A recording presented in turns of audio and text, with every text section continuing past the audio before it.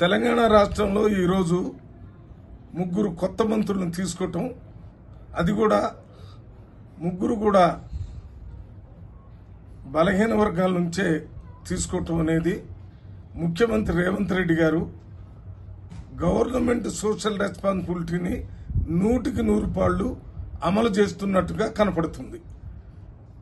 కాంగ్రెస్ ముఖ్యమంత్రి రేవంత్ రెడ్డి గారు అధికారంలో వచ్చిన దగ్గర నుంచి ఇప్పటి వరకు తీసుకున్నటువంటి నిర్ణయాలన్నీ కూడా గవర్నమెంట్ సోషల్ రెస్పాన్సిబిలిటీని దృష్టిలో పెట్టుకొని చేసినట్టుగా ఉంది.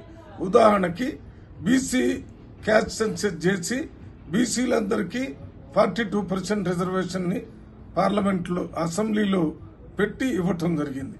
అంతేకాకుండా ఇందిరమ్మ ఇండ్లు ఇవ్వటం జరిగింది. 100 ఇంటిగ్రేటెడ్ రెసిడెన్షియల్ స్కూల్స్ పెట్టడం జరిగింది. పేద ప్రజలందరికీ సన్న బియ్యం సప్లై చేయటం జరుగుతుంది.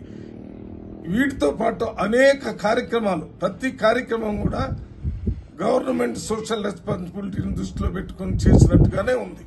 ఇంతకుముందు ఏ ప్రభుత్వంలో జరగనంత పెద్ద ఎత్తున గవర్నమెంట్ సోషల్ రెస్పాన్సిబిలిటీ ఈ ప్రభుత్వంలో జరుగుతుందనేది ఈ రోజు ఇచ్చినటువంటి ముగ్గురు మంత్రుల బ్యాక్గ్రౌండ్ వల్ల పూర్తిగా ప్రజలకు అర్థమవుతుంది. అందువల్ల ఈరోజు ఈ కార్యక్రమానికి అనుమతి ఇచ్చినటువంటి కాంగ్రెస్ పార్టీ హైకమాండ్కి, రాష్ట్ర ముఖ్యమంత్రి రేవంత్ రెడ్డి గారికి ప్రత్యేక ధన్యవాదాలు తెలియజేస్తున్నాం.